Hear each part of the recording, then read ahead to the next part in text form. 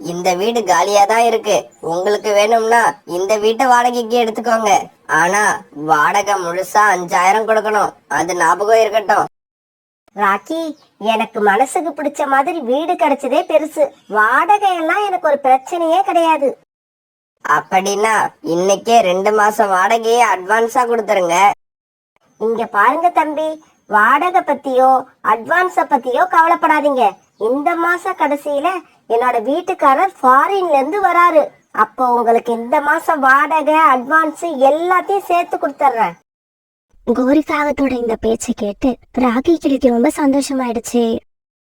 இந்த உடஞ்சு போன வீட்டுக்கு 2000 ரூபாய் வாடகை கொடுக்கறதே பெருசு. இது சரியான ஏமாந்த காகம் போல இருக்கு. இந்த வீட்டுக்கு போய் 5000 ரூபாய் வாடகை தர ஒத்துக்குச்சு. அதனால ஒன்னும் பரவாயில்ல. நீங்க சொன்ன மாதிரியே இந்த மாச கடைசியில வாடகை அட்வான்ஸ் இது எல்லாத்தையும் ஒன்னா சேர்த்து கொடுத்துருங்க. இப்படி சொல்லிட்டு ராக்கி கிளி தன்னோட வீட்டுக்கு பறந்து போச்சு. பிறகு கோரிக்காக அந்த வீட்டு கதவை திறந்துக்கிட்டு வீட்டுக்குள்ள போச்சு. இப்படி வீட்டுக்குள்ள போன கோரிக்காகும் தன்னோட ஹேண்ட்பேக செவுத்துல மாட்டிட்டு கூட்டுல படுத்து நிம்மதியா தூங்க ஆரம்பிச்சது. ரீட்டா, ஒரு சந்தோஷமான விஷயம். நம்ம கிட்ட ஒரு பழைய வீடு இருந்ததுல்ல, அந்த வீட்டை ஒரு காகத்துக்கு வாடகைக்கு விட்டுட்டேன். வாடகை எவ்வளவு தெரியுமா? 5000 ரூபாய். அந்த வீட்டுக்கு அட்வான்ஸ் எவ்வளவு தெரியுமா? 2 மாச வாடகை 10000 ரூபாய். ராக்கி, சீக்கிரமா அந்த 10000 ரூபாய கொடுங்க. வீட்டு செலவுக்கே பணம் இல்ல.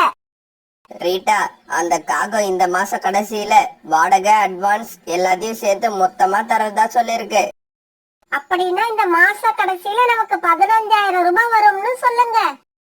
மறுநாள் கோரிக்காவும் பாயாசம் செஞ்சு எடுத்துக்கிட்டு பக்கத்துல இருந்த சோனா குருவி வீட்டுக்கு போச்சு. நீங்க யாருன்னு நான் தெரிஞ்சுக்கலாமா? இங்க பாருங்க, என் பேரு கோரி. ராக்கியோட பழைய வீடு ஒண்ணு காலியா இருந்துச்சுல்ல, அந்த வீட்டுக்கு நான் தான் குடி வந்திருக்கேன். அப்புறம் அக்கம் பக்கத்துல உள்ளவங்க கூட பழகணும்னு ஆசைப்பட்டேன். என்னை அறிமுகப்படுத்திக்க போகும்போது வெறுங்கையோட போனா நல்லா இருக்காதுல்ல, அதனாலதான் பாயாசம் செஞ்சு எடுத்துக்கிட்டு வந்தேன். கோரிக்காகத்தோட பேச்சை கேட்ட சோனா குருவிக்கு கோரிய ரொம்பவும் பிடிச்சு போயிடுச்சு. அப்படியா, ஏன் வாசல்லே நிக்கிறீங்க? வீட்டுக்குள்ள வாங்க. ஆமா, என் பேரை சொல்லிட்டேன். உங்க பேரை நீங்க சொல்லவே இல்லையே. என் பேரு சோனா. எனக்கு 2 பசங்க. அவங்க 2 பேரும் ஸ்கூலுக்கு போயிருக்காங்க. உங்க வீட்டுக்காரர் எங்க வேலை பாக்குறாரு? அவர் வெளிநாட்டுல வேலை செய்யறாரு. 2 வருஷத்துக்கு ஒரு தடவை தான் வீட்டுக்கு வருவாரு. அப்படியா? ரொம்ப சந்தோஷம். என்னோட வீட்டுக்காரர் கூட வெளிநாட்டுல தான் வேலை பாக்குறாரு. இந்த மாச கடைசியில வரணும்னு சொல்லிருக்காரு. இப்படி சொன்ன கோரிக்காகும் பிறகு சோனா குருவி கிட்ட 200 ரூபாய் பணத்தை எடுத்து கொடுத்தது. ஆமா, எதுக்காக இந்த பணத்தை கொடுக்கறீங்க? இல்ல சோனா, குழந்தைங்க இருக்கிற வீட்டுக்கு எதுவுமே வாங்காம வந்துட்டேன். இந்த பணத்துல குழந்தைங்களுக்கு ஏதாவது வாங்கி கொடுங்க. இல்லங்க கோரி, வேண்டாம். இந்த பணத்தை நீங்களே வச்சுக்கோங்க. இங்க பாரு சோனா, நீ இந்த பணத்தை வாங்கிக்கிட்டாதான் என்னோட ஃப்ரெண்ட்ஷிப்பை ஏத்துக்கிட்டேன்னு அர்த்தம். இப்படி சொன்ன கோரிக்காகும் பிறகு அங்க இருந்து பறந்து போயிடுச்சு. பிறகு சோனா குருவி கோரி கொண்டு வந்து கொடுத்த பாயாசத்தை சாப்பிட்டு பார்த்தது. இந்த பாயாசம் கோரியோட மனசு போலவே ரொம்பவும் இனிப்பா இருக்கு. உங்க வீட்டுக்காரர் வந்து சொல்லிருப்பாரே, உங்க வீட்டுல புதுசா வாடகைக்கு வந்திருக்கிறது நான் தான். சொன்னாரு. வாங்க வாங்க, நீங்க தானா அது? ஆமா, என்ன பாயாசம் எல்லாம் கொண்டு வந்திருக்கீங்க? என்னங்க இப்படி கேட்டுட்டீங்க? ஹவுஸ் ஓனரை பார்க்க வர்றப்ப சும்மா வர முடியுமா? அப்புறம் வாடகை அட்வான்ஸ் இதையெல்லாம் இந்த மாச கடைசியில தரேன்னு சொன்னதை நினைச்சு நீங்க எதுவும் கவலைப்படாதீங்க. நான் கண்டிப்பா கொடுத்துருவேன். இல்ல சகோதரி, நான் அப்படியெல்லாம் நினைக்கல. உங்க முகத்தை பார்த்தாலே ரொம்ப நல்லவங்களா தெரியுது. என் வீட்டுக்காரர் உங்களை ரொம்ப நல்லவங்கன்னு சொன்னாரு. ஆனா உங்களை பாக்குறப்ப நீங்க அவர் சொன்னதை விட நல்லவங்களா இருக்கீங்க. உங்கள மாதிரி ஹவுஸ் ஓனர் கிடைக்க நான் ரொம்ப கொடுத்து வச்சிருக்கணும். ஒரு நாள் ரீட்டா கிளியும் சோனா குருவியும் ஒரு நதிக்கரையில சந்திச்சு பேச ஆரம்பிச்சாங்க. ரீட்டா, உன்னோட வீட்டுல குடி வந்திருக்க கோரி எவ்வளவு அன்பாவும் பாசமாவும் பழகுறாங்க. இப்படி ஒரு காகத்தை நான் இது வரைக்கும் பார்த்ததே இல்ல. சோனா, உடஞ்சி போன அந்த வீட்டுக்கு மாசம் 5000 ரூபாய் வாடகை கொடுக்கறாங்க. அப்படின்னா அவங்க கண்டிப்பா பணக்காரங்களா தான் இருக்கணும். சாதாரண பறவைகளால அந்த மாதிரி கொடுக்க முடியாது. இப்படி அன்பா பழகுறவங்க நமக்கு தோழியா கிடைச்சது எனக்கு ரொம்ப சந்தோஷத்தை கொடுக்குது. என்ன கோரி, நீ புதுசா போயிருக்க காட்டுல நம்ம படம் எப்படி ஓடிக்கிட்டு இருக்கு? இது வரைக்கும் நல்லா தான் போயிட்டு இருக்கு காலேஜி. நீங்க அத பத்தி கவலைப்படாதீங்க. அப்புறம் இந்த கதையில வர ஹீரோயினான என்ன இந்த காட்டுல உள்ள எல்லாருக்கும் ரொம்ப பிடிச்சிருக்கு. பிடிக்காதா பின்ன? ஸ்டோரி, ஸ்கிரீன் பிளே, டயலாக் இதையெல்லாம் எழுதுனது இந்த காலுவாச்சே, அதனால கண்டிப்பா எல்லாருக்கும் பிடிக்கும். ஆமா, இப்ப எந்த சீன் ஓடிக்கிட்டு இருக்கு? ஹீரோயின் இன்ட்ரோடியூஸ் ஆகி இந்த காட்டுல உள்ள பறவைகள் கிட்ட எல்லாம் நல்ல பேர் எடுத்துக்கிட்டு இருக்கா. சோனாக்கா, ரீட்டா கிளி வீட்டுல குடியிருக்கிறவங்க நேத்து எங்க வீட்டுக்கு வந்திருந்தாங்க.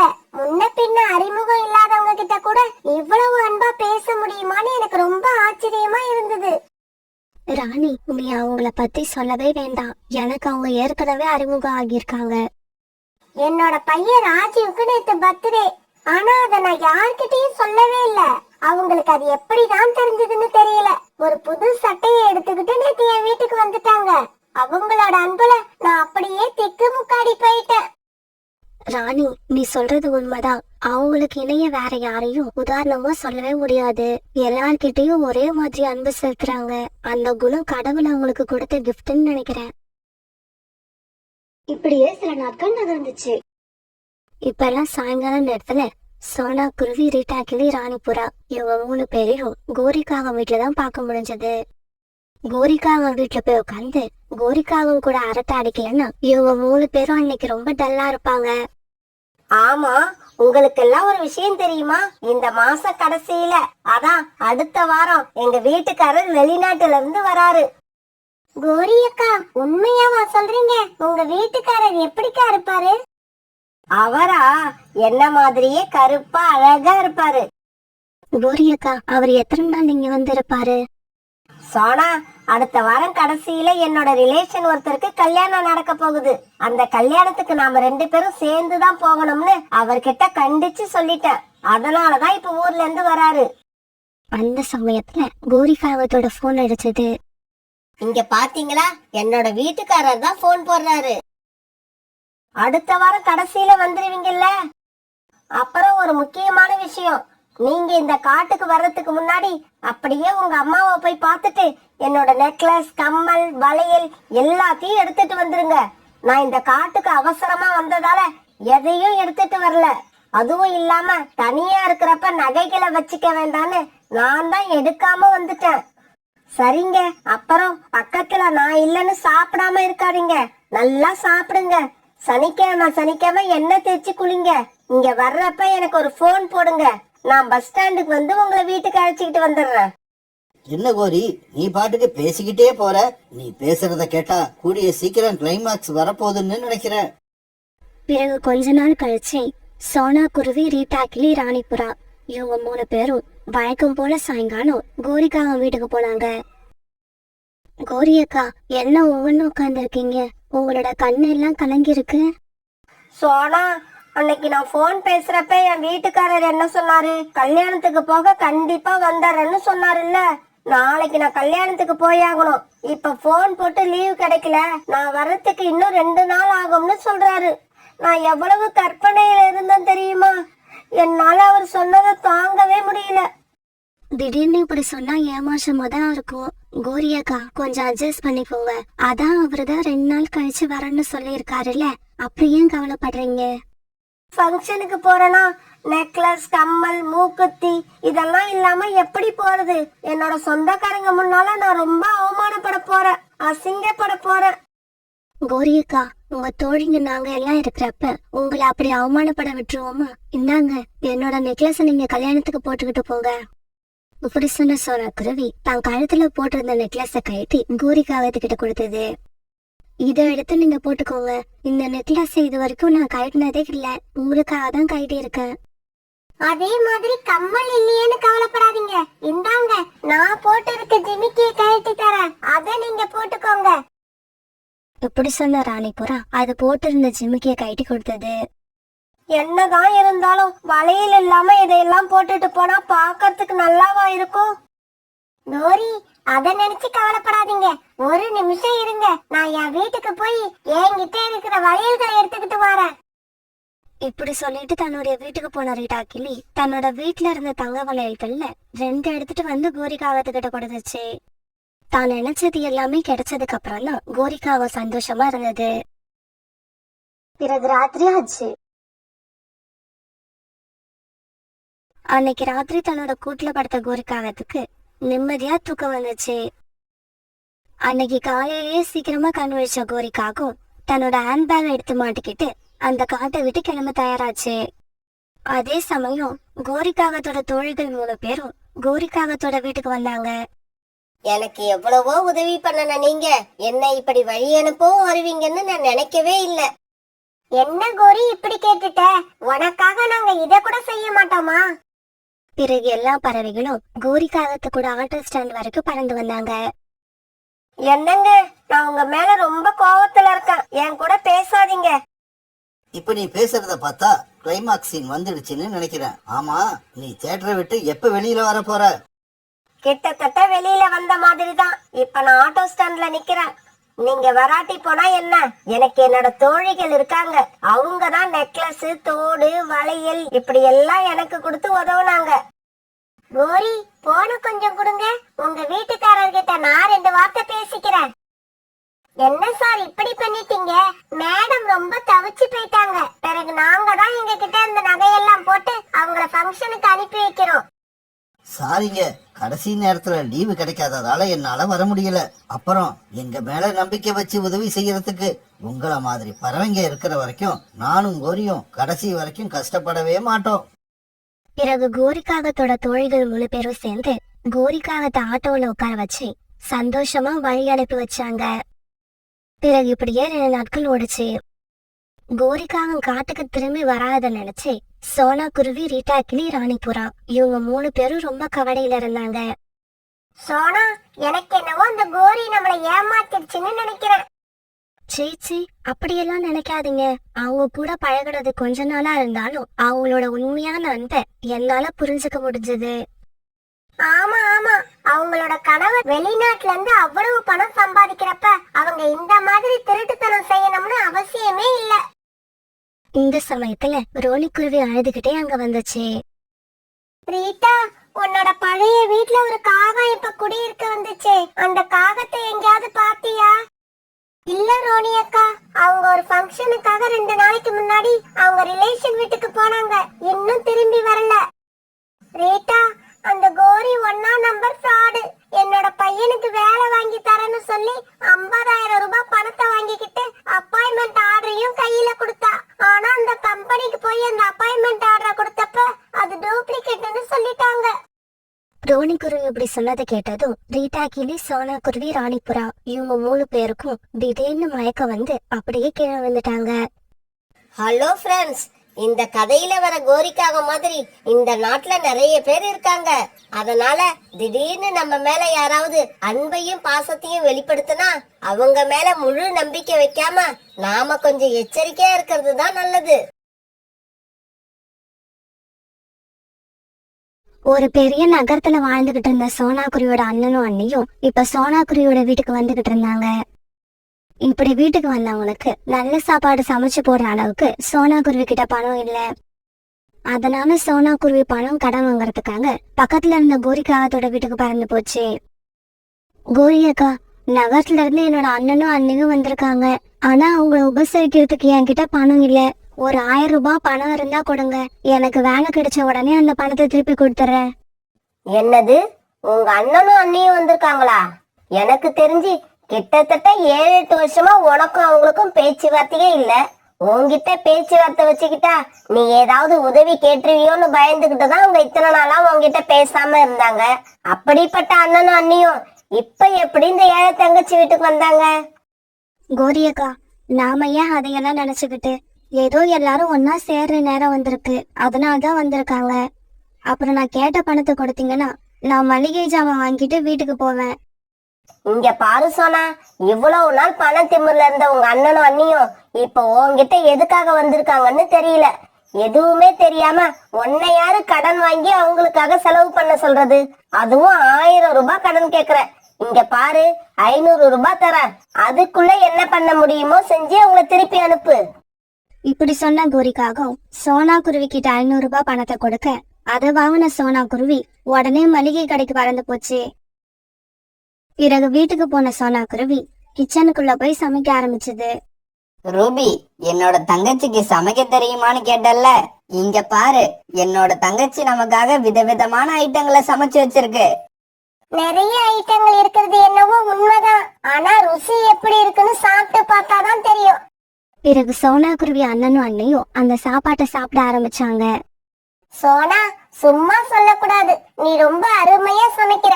எல்லாமே ரொம்ப ருசியா இருந்தது. அப்புறம் நான் ஒன்னு சொன்னா நீ தப்பா நினைச்சுக்க மாட்டியே? என்ன நீ இப்படி கேட்டுட்டீங்க? நீங்க என்ன வேணாலும் சொல்லுங்க, நான் தப்பா நினைச்சுக்க மாட்டேன். இல்ல, எங்களுக்கு அந்த நகரத்துல இருந்து போர் அடிச்சு போயிடுச்சு. உன்னோட வீட்டுல கொஞ்ச நாள் தங்கிட்டு போகலாம்னு பாக்குறோம். அதனால உனக்கு ஒண்ணும் சிரமம் இல்லையே.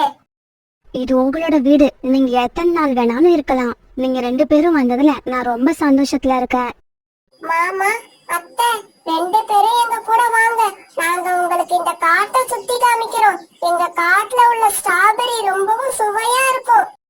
பசங்களா, உங்க மாமாவை மட்டும் கூப்பிட்டுட்டு போங்க. நான் ரொம்ப தூரம் பறந்து வந்ததுல களைப்பா இருக்கேன். ரூபி இப்படி சொன்ன உடனே தங்களுடைய மாமாவை கூப்பிட்டுக்கிட்டு பியூட்டிங் குக்குவும் அந்த காட்டை சுத்தி காமிக்க பறந்து போனாங்க. சோனா குருவியோட அண்ணி அங்க இருந்த கூட்டுல படுத்து தூங்க ஆரம்பிச்சது. சோனா குருவிக்கு இப்ப ஒரே யோசனையா இருந்தது. இவ்வளவு நாள் என்ன அலட்சியப்படுத்தி தங்கச்சி உயிரோட இருக்காளா இல்லையான்னு கூட வந்து பார்க்காம இருந்த அண்ணனும் அண்ணியும் இப்ப திடீர்னு வந்திருக்காங்க. வந்தது மட்டும் இல்ல, இங்கேயே கொஞ்ச நாள் தங்க போறேன்னு வேற சொல்றாங்க. இப்படி யோசிச்ச சோனா குருவி பிறகு கோரிக்காக வீட்டுக்கு பறந்து போச்சு. கோரி அக்கா, எங்கேயோ ஒரு இடத்துல வேலை இருக்கிறதா சொன்னீங்களே, என்னாச்சு? கிடைச்சிடும் சோனா. இன்னைக்கு இல்லாட்டி நாளைக்கு அந்த இடத்துல நமக்கு எல்லாருக்கும் வேலை கிடைச்சிடும். அத பத்தி நீ கவலைப்படாத. கோரி அக்கா, எனக்கு இன்னும் ஒரு 3000 ரூபாய் வேணும். எங்க அண்ணனும் அண்ணியும் கொஞ்ச நாள் இங்கேயே தங்குறதா சொல்லியிருக்காங்க. அதனாலதான் இவ்வளவு பணம் தேவைப்படுது. அப்புறம் எனக்கு வேலை கிடைச்ச உடனே கண்டிப்பா எல்லா பணத்தையும் திருப்பி கொடுத்துட்றேன். சோனா, நீ செய்யறது பைத்தியக்காரத்தனம். இது நாள் வரைக்கும் இந்த பக்கம் வந்து எட்டி கூட பார்க்காத உங்க அண்ணன் அன்னிக்காக எதுக்காக நீ இவ்வளவு பணம் செலவு பண்ற? ஆமா, எதுக்காக உங்க அண்ணனும் அண்ணியும் இங்க கொஞ்ச நாள் தங்க போறாங்கன்னு அவங்க கிட்ட கேட்டியா? இல்ல கோரி அக்கா, அதை எப்படி நம்ம கேட்க முடியும்? அவங்க 2 பேரும் இங்க தங்குறதுன்னு சொன்னதே பெரிய விஷயம். சோனா, எனக்கு என்னமோ இது பெரிய விஷயமா படல. அவங்களுக்கு இப்ப தங்கறதுக்கு வேற எங்கேயும் இடம் இல்லைன்னு நினைக்கிறேன். போகட்டும், எத்தனை நாள் இப்படியே இருந்துருவாங்க? என்னைக்காவது ஒரு நாள் உண்மை வெளிவந்துதான் ஆகணும். இங்க பாரு சோனா, இருக்கிற பணத்தை வச்சு நீ செலவு பண்ணிக்கிட்டு இரு. இன்னும் 2 நாள் கழிச்சு நீ கேட்ட பணத்துக்கு நான் ஏற்பாடு பண்றேன். பிறகு ராத்திரி ஆச்சு. சோனா குருவியும் அது குழந்தைங்களும் இரவு உணவு முடிச்சிட்டு கூட்டுல படுத்து தூங்க ஆரம்பிச்சாங்க. ரூபி, எனக்கு வேலை போன விஷயத்த சோனா கிட்ட சொல்லலாம்னு இருக்கேன். இங்க பாருங்க, அப்படி சொல்லிட்டீங்கன்னா நமக்கு இந்த வீட்ல மரியாதை இருக்காது. நீங்க எதுவும் பேச வேண்டாம். உங்க தங்கச்சி கிட்ட எப்படி பேசணும்னு எனக்கு தெரியும். இப்படியே சில நாட்கள் நகர்ந்துச்சு. ஒரு நாள் சோனா குருவி காலையில சாப்பிட எல்லாருக்கும் கிச்சடி தயார் பண்ணுச்சு. சோனா குருவியோட அன்னைக்கு அந்த கிச்சடி பிடிக்கவே இல்ல. சோனா, எனக்கு இந்த கிச்சடி பிடிக்கவே இல்ல. எனக்கு வேற ஏதாவது தயார் பண்ணி கொடு. அப்படியா அண்ணி, நீங்க கொஞ்ச நேரம் இருங்க, நான் போய் ஹோட்டல்ல இருந்து உங்களுக்கு ஏதாவது சாப்பிட வாங்கிட்டு வரேன். இப்படி சொன்ன சோனா குருவி பிறகு அந்த காட்டுல இருந்த ஒரு ஹோட்டலுக்கு பறந்து போச்சு. சோனா குருவி அங்க போனப்ப ஏற்கனவே கோரிக்காகவும் அங்க நின்னுகிட்டு இருந்தது. கோரி அக்கா, நீங்க எங்க இப்படி? சோனா, நான் வேலைக்கு கிளம்புற சமயத்துல திடீர்னு எங்க அம்மா வந்துட்டாங்க. அதனாலதான் அவங்களுக்கு சாப்பிட ஏதாவது வாங்கிட்டு போகலாம்னு வந்தேன். ஆமா, நீ என்ன இந்த பக்கம்? நான் செஞ்ச கிச்சடியை எங்க அண்ணி பிடிக்கலன்னு சொல்லிட்டாங்க. அதனாலதான் அவங்களுக்கு ஒரு தோசை வாங்கிட்டு போலான்னு வந்தேன். கோரி அக்கா, தயவு செய்து என்னை எதுவும் திட்டாதீங்க. எங்க அண்ணனுக்காகவும் அண்ணிக்காகவும் நான் இதையெல்லாம் செஞ்சுதான் ஆகணும். சோனா, இதுக்கப்புறம் உன்கிட்ட பேசி எந்த புண்ணியமும் இல்ல. யார்கிட்ட பேசணுமோ அவங்க கிட்ட பேசிக்கிறேன். பிறகு அன்னைக்கு சாயங்காலம் வேலையை விட்டு வீட்டுக்கு திரும்பின கோரிக்காகவும் நேரா சோனா குருவி வீட்டுக்கு வந்துச்சு. சோனா, சோனா, கொஞ்சம் வெளியில வா. அந்த சமயத்துல சோனா குருவி வீட்டுல இல்ல. அதனால சோனா குருவியோட அண்ணனும் அண்ணியும் வெளியில வந்தாங்க. நீங்க யாரு? எதுக்காக சோனாவை பார்க்கணும்? நான் இங்க பக்கத்து வீட்டுலதான் குடியிருக்கேன். சோனாவோட ஃப்ரெண்டு. என் பேரு கோரி. சோனா எங்கேயோ வெளியில போயிருக்கு. திரும்பி வர்றதுக்கு இன்னும் 1 மணி நேரம் ஆகும்னு நினைக்கிறேன். வந்த உடனே நீங்க வந்துட்டு போனதா சொல்றேன். சோனா என்கிட்ட வேலை கேட்டிருந்தது, அத பத்தி சொல்லிட்டு போகலான்னு தான் இப்ப வந்தேன். நான் வேலை பாக்குற இடத்துல வேலைக்கு ஆள் எடுக்கிறாங்க. எத்தனை பேர் வந்தாலும் சேர்த்துப்பாங்க. என்ன கேட்டா வீட்டுல சும்மா இருக்க நீங்களும் உங்க மனைவியும் கூட சோனா குருவி கூட வேலைக்கு வரலாம். கோரி, என்ன இப்படி பேசுறீங்க? நானும் என்னோட மனைவியும் என் தங்கச்சி வீட்டுக்கு விருந்தாளியா வந்திருக்கோம். எங்களை எப்படி நீங்க வேலைக்கு கூப்பிடலாம்? என்னது விருந்தாளியா? விருந்தாளிக்கு என்ன அர்த்தம்னு தெரியுமா உங்களுக்கு? விருந்தாளின்னா வந்த இடத்துல 2 நாள் தங்குவாங்க, 3 நாள் தங்குவாங்க, அதிகபட்சமா 1 வாரம் தான் தங்கி இருப்பாங்க. உங்கள மாதிரி நங்கூரம் போட்டுக்கிட்டு இங்கேயே உட்கார்ந்து இருக்க மாட்டாங்க. இங்க பாருங்க கோரி, நீங்க ஒன்னும் கவலைப்பட வேண்டாம். அத பத்தி கவலைப்பட வேண்டியது சோனா குருவிதான். சோனாவுக்குள்ள இறக்க மனசை பயன்படுத்தி தானே நீங்க 2 பேரும் இங்க வந்து ஸ்ட்ராங்கா உட்கார்ந்து இருக்கீங்க. உங்களுக்காக சோனா குருவி எவ்வளவு கஷ்டப்படுது தெரியுமா? அது ஊரை சுத்தி எவ்வளவு கடன் வாங்கி வச்சிருக்கு தெரியுமா? அது உங்களுக்கு செலவு பண்றதெல்லாம் சம்பாரிச்சு சேர்த்து வச்ச காசு இல்ல, பாக்குறவங்க கிட்ட எல்லாம் கடன் வாங்கிக்கிட்டு இருக்கு. இன்னும் நீங்க 1 மாசம் இங்க இருந்தா கூட சோனா யார்கிட்டயாவது கடன் வாங்கி உங்களுக்கு சாப்பாடு போட்டுக்கிட்டு தான் இருக்கும். இங்க பாருங்க, உண்மையிலேயே உங்களுக்கு சோனா குருவி மேல அக்கறை இருந்தா பேசாம நாளைக்கு சோனா கூட கிளம்பி வேலைக்கு வாங்க. சும்மா விருந்தாளி விருந்தாளின்னு சொல்லிக்கிட்டு வீட்லயே உட்கார்ந்து சாப்பிடலாம்னு ஐடியா பண்ணாதீங்க. இப்படி சொல்லிட்டு கோரிக்காக அங்கிருந்து பறந்து போயிடுச்சு. இங்க பாருங்க, இப்ப இந்த கோரி வந்து பேசிட்டு போனதையெல்லாம் நாம உங்க தங்கச்சி கிட்ட சொல்ல வேண்டாம். எதுவும் நடக்காத மாதிரி சத்தம் போடாம இருந்துடுவோம். ரூபி, நல்லா யோசிச்சு பாரு. எனக்கோ வேலை போயிடுச்சு. இன்னும் எத்தனை நாள் தான் இந்த மாதிரி வீட்லயே உட்கார்ந்து சாப்பிடுறது? வேலை எங்க இருந்தாலும் பார்க்க தானே போறோம். அந்த வேலையை இங்கேயே பார்க்கலாம்னு நான் முடிவு பண்ணிட்டேன். சோனா நமக்காக எவ்வளவோ கஷ்டப்பட்டு சாப்பாடு போட்டுக்கிட்டு இருக்கு. இதுக்கு மேலயும் நான் சோனாவை கஷ்டப்படுத்த விரும்பல. இங்க பாருங்க, நம்ம வேலை இல்லாம இங்க வந்து இருக்கிறது எல்லாருக்கும் தெரிஞ்சா அது நமக்கு பெரிய அவமானம். இங்க பாரு ரூபி, நாம நல்ல நிலைமையில இருந்தப்ப என்னோட தங்கச்சிய கூட்ட ஒரு வேளை சாப்பாடு கூட போட்டதில்ல. ஆனா சோனா எவ்வளவோ கஷ்டத்துல இருந்தோம் நம்மளோட வயிறு நிறைய சாப்பாடு போடுது. நான் சொல்றத கேளு, நாளையில இருந்து சோனா கூட நாம 2 பேரும் வேலைக்கு போறோம். முடியாது, என்னால எங்கேயும் வேலை பார்க்க முடியாது. ரூபி, அதனால ஒன்னும் தப்பு இல்ல. உனக்கு வேலை பார்க்க இஷ்டம் இல்லைன்னா நீ கிளம்பி உங்க அம்மா வீட்டுக்கு போயிடு. நான் நல்ல நிலைமைக்கு வந்ததுக்கு அப்புறம் உன்னை வந்து கூட்டுக்கிறேன். என்னது, திடீர்னு எங்க அம்மா வீட்டுக்கு போக சொன்னா என்ன அர்த்தம்? என்னோட அண்ணனும் அண்ணியும் எங்க அம்மாவை வச்சிருக்கதே பெரிய சுமையா நினைக்கிறாங்க. இந்த நிலைமையில என்னால எப்படி அங்க போக முடியும்? அப்படின்னா ஒழுங்கு மரியாதையா என் கூட வேலைக்கு வா. சோனா படுற கஷ்டத்துல இதுக்கப்புறம் நாமளும் பங்கெடுத்துப்போம். சரிங்க, யோசிச்சு பார்த்தா நீங்க சொல்றது சரிதான்னு தோணுது. நானும் வேலைக்கு வரேன். நம்ம எல்லாரும் சேர்ந்து ஒன்னாவே வேலைக்கு போவோம். ரூபி, நீ உண்மையிலேயே மனசு மாறிட்டனா சீக்கிரமா போய் சாப்பாடு தயார் பண்ணு.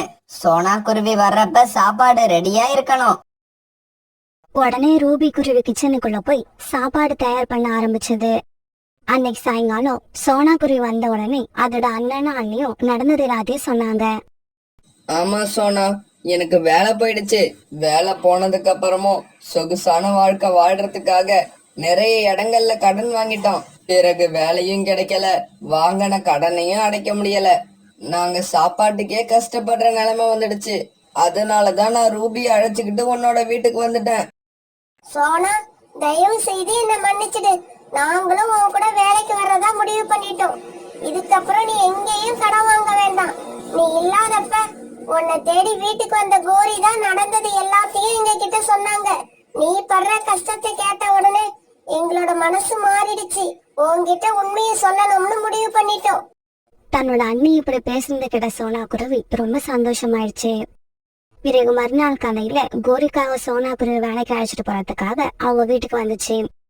அப்ப வேலைக்கு போறதுக்காக சோனா குருவி, அவங்க அண்ணன், அவங்க அண்ணி, இவங்க 3 பேரும் வீட்டை விட்டு வெளியே வந்தாங்க. பிறகு எல்லாரும் சேர்ந்து வேலை பார்க்க வேண்டிய இடத்துக்கு பறந்து போனாங்க. இப்படி போனவங்க ஒரு பெரிய வயல்ல தங்களுக்கு கொடுத்த வேலைய எல்லாருமே ரொம்ப சந்தோஷமா செய்ய ஆரம்பிச்சாங்க. இப்படியே சில நாட்கள் நகர்ந்துச்சு. தினமும் சோனா குருவியோட அண்ணனும் அண்ணியும் அவங்க வாங்குற சம்பளத்தை சோனா குருவி கிட்ட கொடுத்தாங்க. சோனா, நீ இதுவரைக்கும் எங்கெங்க கடன் வாங்கி இருக்கிறியோ எல்லா கடனையும் இந்த பணத்தை வச்சு அடைச்சிடு. ஆமா சோனா, இதுக்கப்புறம் நாம எங்கேயும் கடன் வாங்காம சம்பாதிக்கிற காசை வச்சு வாழ கத்துப்போம். பிறகு அந்த பணத்தை எடுத்துட்டு போன சோனா குருவி யார் யார்கிட்ட கடன் வாங்கி இருந்ததோ எல்லா கடனையும் அடைச்சது. கடைசியா 500 ரூபாய் பணத்தை எடுத்துக்கிட்டு கோரிக்கா கிட்ட போச்சு. இந்தாங்க உங்ககிட்ட வாங்கின 500 ரூபாய். அப்புறம் எங்க அண்ணனும் அண்ணியும் வேலை பார்க்க ஆரம்பிச்சதால இதுக்கப்புறம் நான் எங்கேயும் கடன் வாங்க வேண்டிய அவசியம் இருக்காது.